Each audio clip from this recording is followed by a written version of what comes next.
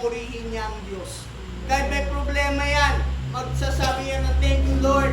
Kahit may problema ako, alam ko na ikaw ay gagabay sa akin. Ano pa? It may endurance. Bakit matatag si Paul sa kabila ng problema? Sabi ng Philippians chapter 3 verse 12 to 14, I press on toward the goal. Si Pablo, kahit napakarami niyang nararanasang problema, hindi siya nakatingin doon. Hindi siya nakafocus doon. Nakafocus siya doon sa goal. Everybody say goal. Go! Ano ang goal niya? Makapunta ng langit? Ang goal niya, magawa niya lahat ng pinapagawa ng Diyos sa kanya. Ang goal niya, yung purpose niya. Mga kapatid, si Pablo, nakatingin siya doon sa calling niya. Nakatingin siya kay Kristo. Kaya kahit anong problema ang kanyang naranasan, hindi siya natitinag. Hindi siya nagigiba. Hindi siya tumitigil. Dahil hindi siya nakapokus doon. Pero kung tayo, may problema, doon lang tayo nakapokus, hindi natin makikita ang Diyos. Nakuha po ninyo? Maraming Yes. mga tao nakapokus doon sa problema. Habang siya nakapokus doon sa problema, hindi na niya nakikita yung magandang ginagawa ng Diyos. Tama. Hindi na niya nakikita kung ano ang gustong gawin ng Lord. Meron po akong sinabi nung nakaraan na nag-training, ewan ko kung nasabi ko yun. No? Meron pong nagtanong sa akin, meron po akong member, ang pangalan niya ay Joy. Si Sister Joy, pero malungkot yun lagi. No? Ngayon, sabi niya, Pastor, nagagalit ako kay Lord. Bakit? Noong nakaraan, wala kaming pagkain. Okay? Wala kaming pagkain. Nanalangin ako sa Kanya. At merong isang taong nagdala ng bigas, ng delata, ng noodles, pero hindi ko tinanggap. Sabi ko, bakit hindi mo tinanggap? Kaaway ko yung pastor. Grabe naman. Kaaway ko yun. Hindi ko kayang tanggapin. Bakit yun ang ginamit ni Lord? Ay, ano, nakakain kayo? Hindi pa rin. Hindi mo tinanggapin. Yan ang problema. Pag nakapokus ka sa tao, Yeah. di ba? Madidisappoint ka. Yeah. Nakapokus ka sa problema, mawawala ka sa focus. Pero kung ikaw, kahit may problema ka, kahit may pagsubok sa buhay, ang tinitignan mo pa rin, magpo-provide si Lord. Amen. Igagay ako ni Lord. Amen. Lahat ng problema nito mapagtatagumpayan ko kasi si Lord nandyan. Amen. Naririnig niyo ba yung sinasabi na hindi ka bibigyan ng Lord ng problema nang hindi mo kaya? Yes. Tama? Totoo yan. Naririnig niyo yun? Yeah. Ulitin ko, no? Hindi ka bibigyan ng Lord ng problema nang hindi mo kaya. Mali po yun. Mali yun. Ganun. Lahat ng problema hindi mo talaga kaya. Yes. Kaya mo kaya dahil kay Dahil kay Lord. Lord. Yes. Yep. Tama. Ibig sabihin, kaya mo kinakaya ang lahat ng problema dahil kay Lord. Nakuha po ninyo? Kasi kung wala ang Diyos, hindi natin kaya. Kung wala tayong pananampalataya sa Diyos, hindi natin kaya. Wala tayong endurance, wala tayong katatagan ng ating mga sarili. Nakapokus lamang tayo sa ating mga problema. Focusing on God's purpose keeps us from quitting. Ibig sabihin, kung tayo nakapokus doon sa purpose ng Panginoon, hindi tayo bibitaw sa Kanya. Hindi tayo titigil. Ano ang focus ni Paul? Ang focus ni Paul ay kalimutan ang mga nakaraan at tignan ang mga bagay na hinanda ng Diyos para sa Kanya. Pag ikaw, nakapokus ka sa nakaraan mo, hindi ka makakarating sa iyong paroroonan. Hindi ka makakarating doon kasi dito ka nakatingin. Parang ganito, nakakita na po kayo ng kabayo. Yung kabayo kasi sa Manila, meron siyang takip. Ito yung sa gilid, yung ganito. Tapos, ang tingin lang ng kabayo doon.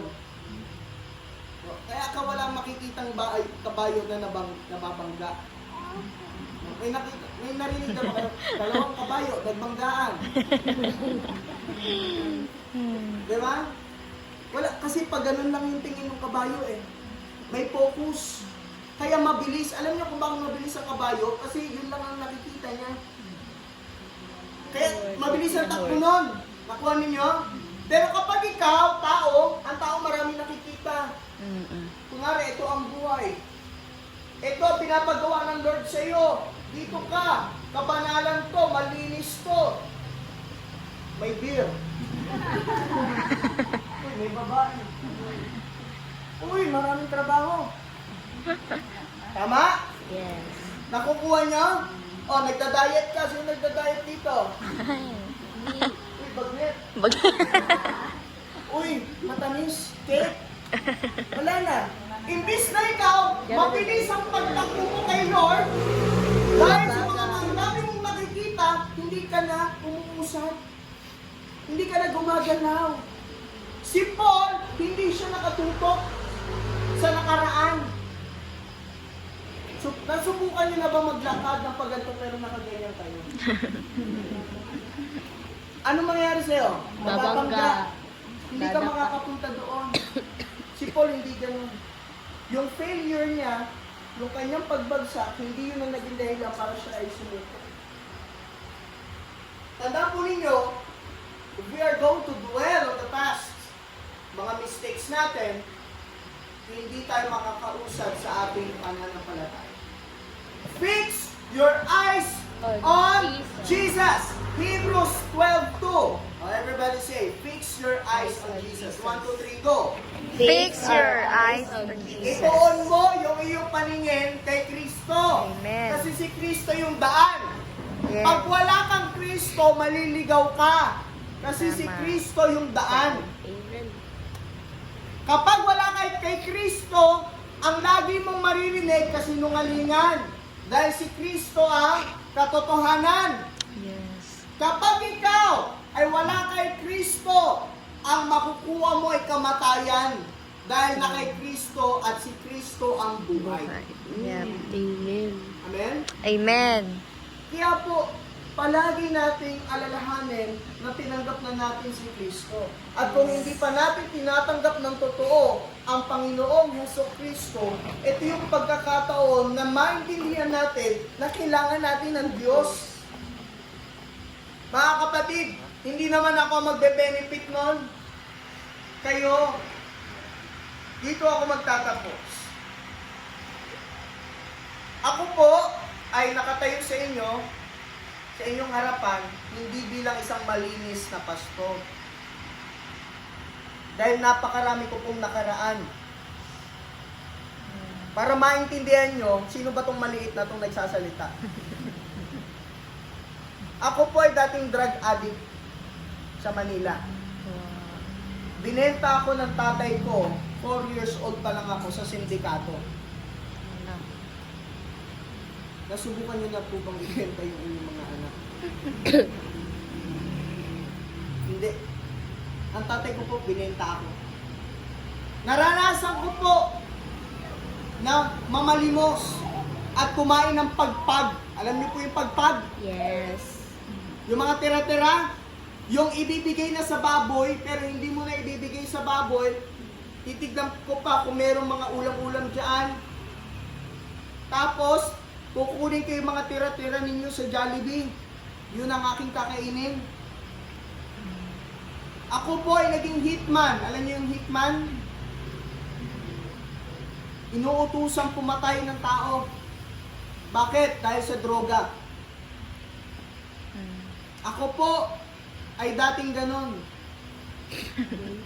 Oo. Hindi na ngayon. Amen.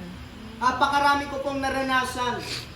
Pero kung ako po ay nanatili doon at tinignan ng aking nakaraan, malamang wala ako sa harapan niyo.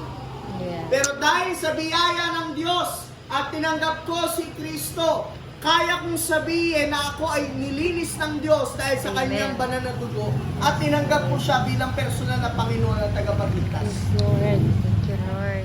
Mga kapatid, wala tayong ibang dapat gawin kundi tanggapin ng Diyos, makinig at sumunod sa Kanya. Yes. Taas ang kamay ng gustong sumunod kay Kristo. Amen. Amen?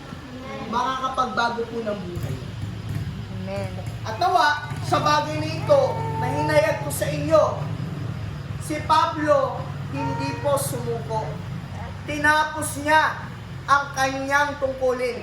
Tinapos niya ang kanyang pagkatawag sa Diyos. Uulitin ko po mga kapatid, huwag natin tapusin ang ating buhay.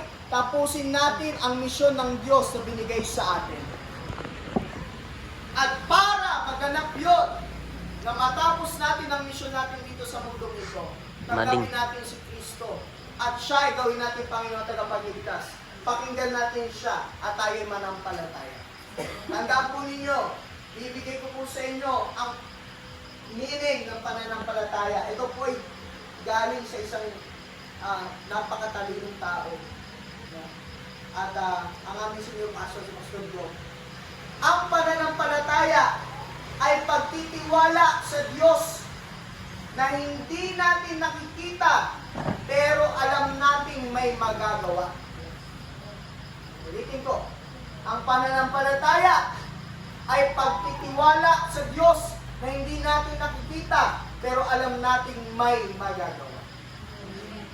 At nawa, dahil ito yung unang beses na tayo nagdaos ng gawain dito, ang panalangin ko sa Panginoon, magtuloy-tuloy ito. Mga kapatid, kahit kailan, walang anak ng Diyos na napapahiya. At pag ito, nagtuloy-tuloy